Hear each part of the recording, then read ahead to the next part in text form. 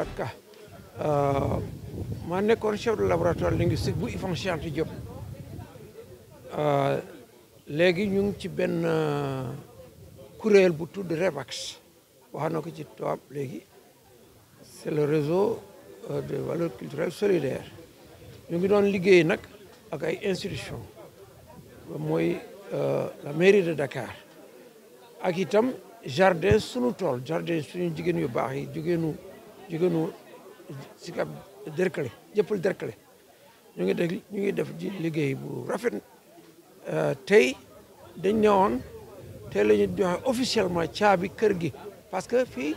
dañ leen abaloon rek mais amuñu woon encore droit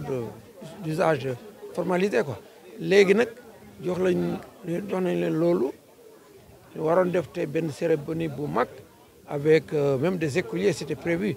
mais nag élèves yi ñëwuñu tey parce que mënuñu ñëw parce que dañuy jàng y a beaucoup de contraintes ci biir loolu REVAX ak sunu tool ñu ngi liggéey te gën a xamal naka la ñu aaree suñu environnement dégg nga waaw biodiversité protection de l'environnement man bëgguma di wax wolof di ci dugal français waaye nag aw ma terme yi ci biir waaye donc loolu mooy affaire bi mais tey nag li ci gën a fës mooy jël nga lu ñu doon publier ay téere pour xale yi pour public bi xam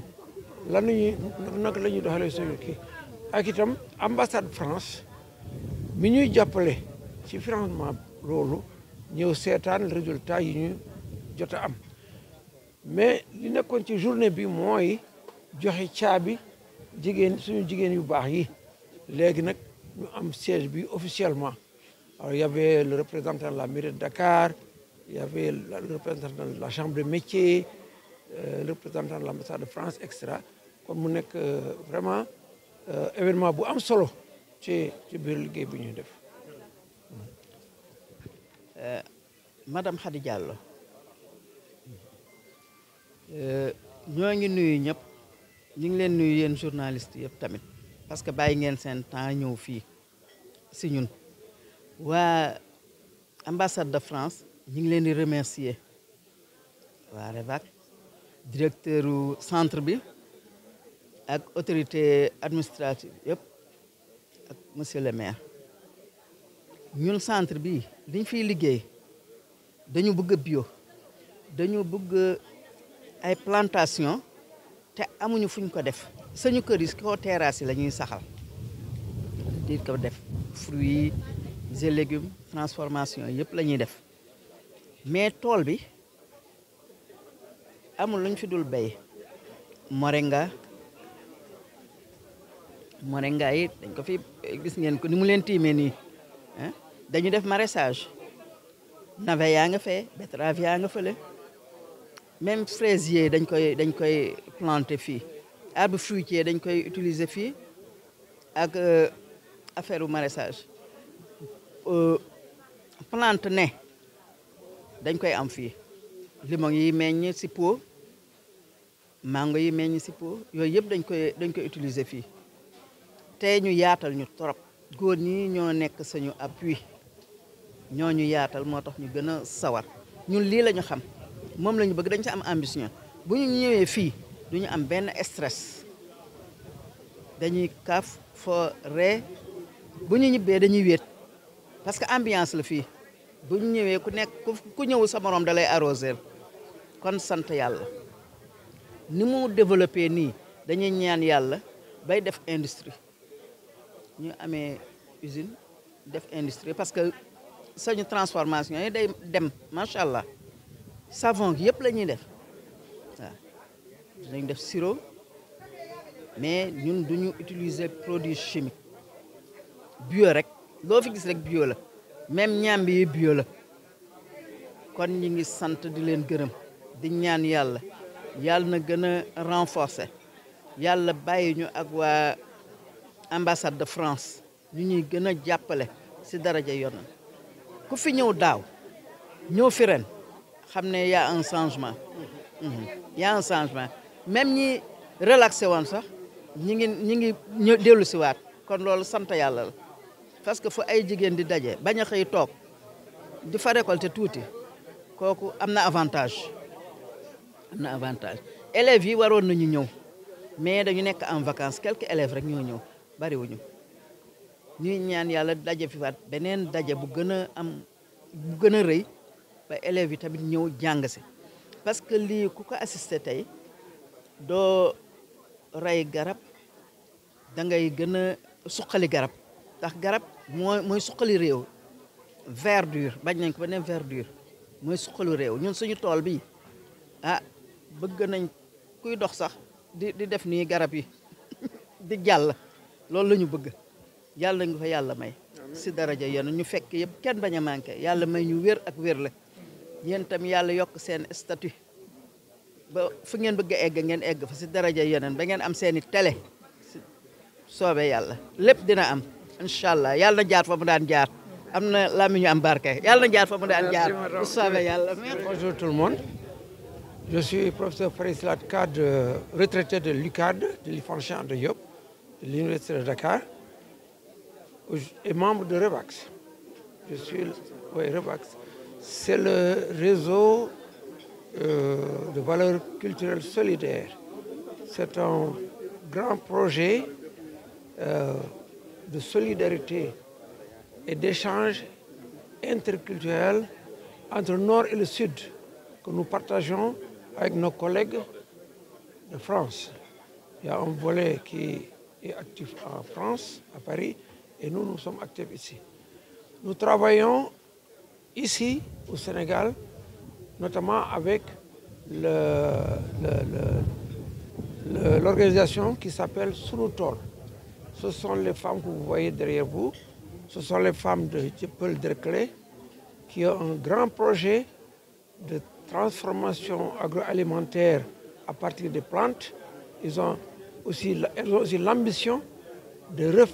faire vivre l'écologie, c'est-à-dire reverdifier, si on peut parler ainsi,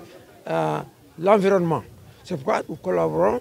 avec le laboratoire de botanique de l'Ifan Cheikh Anta Diop, le laboratoire de linguistique de l'Ifan Cheikh Anta Diop, ainsi maintenant au niveau institutionnel avec la mairie de Dakar et ce groupe de femmes-là. Aujourd'hui, on devait procéder à la remise officielle de la clé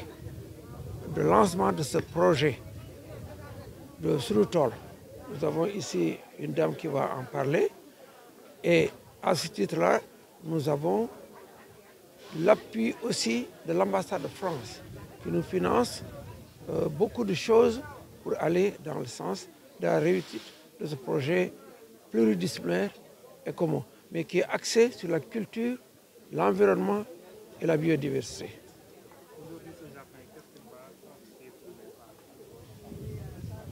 Je crois que la dame qui est à côté de moi va y répondre de façon plus pertinente que moi, mais je veux dire que le jardin des femmes représente une revivification, si vous voulez, de la biodiversité en milieu urbain. C'est quelque chose de quand même spécial parce que c'est un jardin qui est à Dakar, mais qui joue pleinement le rôle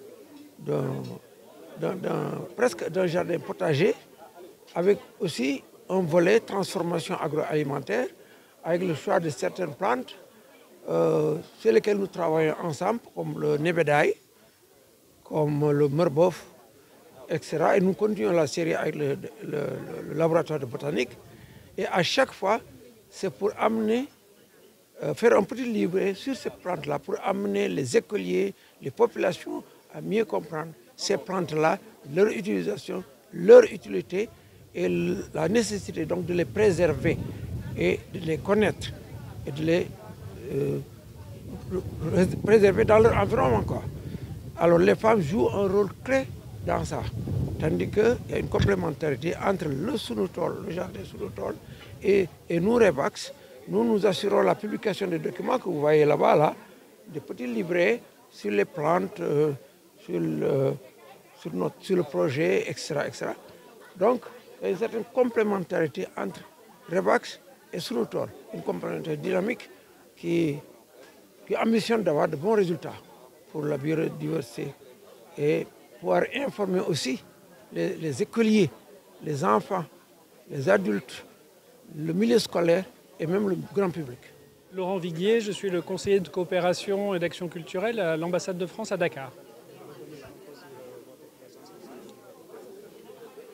Je suis ici parce que nous sommes partenaires du projet Sunutol et de ce projet qui a été initié par l'association Revax et que nous sommes des partenaires comblés aujourd'hui de voir cette inauguration avec une partie en dur qui est le bâtiment qui est derrière moi, mais plus important, la partie en verre qui est le jardin autour de nous. Qui est la production de cette association Sunutol et qui permet de faire pousser des plantes aromatiques, mais aussi d'autres plantations avec cette association de femmes qui met en valeur la possibilité de produire localement et aussi de transmettre. Parce que ce jardin, c'est un lieu où on produit, où on fait pousser des plantes, mais c'est aussi un lieu où on va entretenir des conversations. Ça s'appelait Conversation au jardin et c'est des professionnels, des universitaires qui vont venir expliquer aux enfants, expliquer aux familles l'importance de ces productions locales, le patrimoine qu'elles représentent, ces plantes qui sont endémiques du Sénégal pour beaucoup, et l'utilisation qui peut en être faite, que ce soit pour parfumer les plats ou comme plante médicinale. Ce sont des enjeux importants et le travail qui est fait ici est un travail essentiel pour transmettre, faire connaître et fédérer autour de la plante et autour de ces productions locales.